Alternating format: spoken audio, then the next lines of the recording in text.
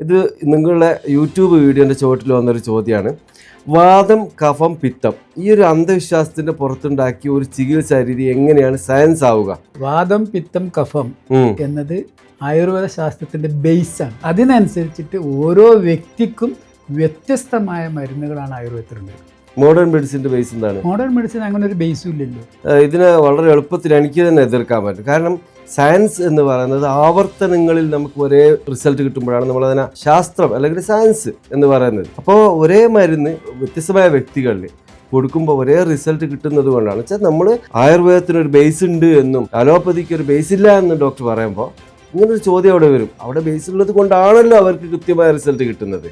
അല്ല, അവിടെയാണ് തെറ്റ്. അതൊരു ഊഹമാണോ? ഊഹമല്ല. അവര് പഠിക്കുന്നത് ഒരേ മോളിക്യൂൾസ് ഒരേ രീതിയിലാണ്.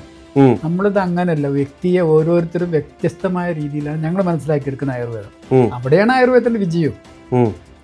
ഒരു മെഡിസിൻ കൊടുത്തു കഴിഞ്ഞിട്ട് ലോകത്ത് മുഴുവൻ എല്ലാവരെയും ചികിത്സിക്കാം എന്ന് പറയുന്നത് ശരിയാണെന്ന അഭിപ്രായം നമുക്കില്ല. അതുകൊണ്ടാണ് പലർക്കും അതുകൊണ്ട് സൈഡ് എഫക്റ്റുകൾ ഉണ്ടാവുന്നത്. ആയുർവേദത്തിന് പൊതുവെ സൈഡ് എഫക്റ്റ് കുറവാണെന്ന് പറയുന്നത് അതുകൊണ്ട് തന്നെ ഓരോ വ്യക്തിക്കും വ്യത്യസ്തമായ മരുന്നുകൾ അവരുടെ പ്രകൃതിയും ജീവിതശൈലിയും ജീവിക്കുന്ന ചുറ്റുപാടുകൾ ഒരുപാട് ദേശം, കാലം, ബലം എന്നൊക്കെ പറഞ്ഞ ഒത്തിരി കാര്യങ്ങൾ നോക്കിയിട്ടാണ് നമ്മളൊരു സംഗതി ചെയ്യുന്നത്. അപ്പോൾ അതിൻ്റെ ഒരു അടിസ്ഥാനമാണ് ഈ വാദവും പിത്തവും കഫവും ഒക്കെ. ഓക്കെ, ഇനി അടുത്തൊരു ചോദ്യത്തിലേക്ക് ഞാൻ കടക്കുകയാണ്. ഓക്കെ, ആയുർവേദ ചികിത്സ ഒരാളുടെ രോഗം കണ്ടെത്തുന്നത് വെച്ചാൽ അതിൻ്റെ ഒരു മെത്തഡോളജി വിശദീകരിക്കാൻ തയ്യാറല്ല.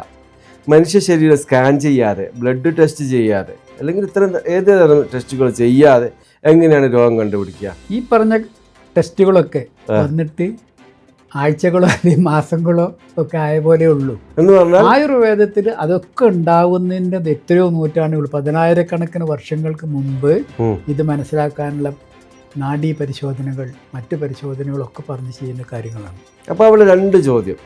ഒന്ന്, ഇത്തരം ആധുനിക സംവിധാനങ്ങൾ, സ്കാനിങ്, മറ്റ് ടെസ്റ്റുകൾ, എക്സ്റേസ്, ഇത്തരം സംവിധാനങ്ങളുടെ സഹായം ആയുർവേദം ഉപയോഗപ്പെടുത്തുന്നുണ്ടോ? ഇതാണ് ഒരു ചോദ്യം.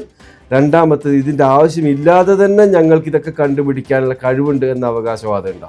ആയുർവേദം ഈ സഹായം, ഈ ഇന്നത്തെ ആധുനിക രീതിയിലുള്ള എല്ലാ കാര്യങ്ങളും നമ്മൾ അംഗീകരിക്കുന്നുണ്ട്, അത് ആശ്രയിക്കുന്നുണ്ട്.